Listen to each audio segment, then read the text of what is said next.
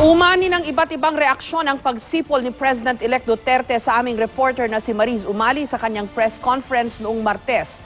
Ayon sa tagapagsalita ng President-elect na si Attorney Salvador Panelo, kilala si Duterte na mapagbiro. Magiliw din daw ito sa media, lalo na sa mga magagandang mamamahayag. Ang ginawa raw ni Duterte ay isang compliment. Ayon pa kay Panelo, ang ordinansa sa Davao na nagbabawal sa pagpito at pambabasto sa mga babae ay para raw sa ibang sitwasyon. Matatandaang sa naturang press conference ni Duterte, tinanong ng aming kasamahang si Mariz Umali ang President-elect tungkol sa binubuo niyang gabinete. Imbes na sagutin si Mariz, sumipol si Duterte at nung humingi ulit ng tugon ang aming reporter, kumanta naman siya. Umani ito ng magkahalong reaksyon sa social media. May ilang nabastusan sa ginawa ng President-elect. May iba naman na dumipensa.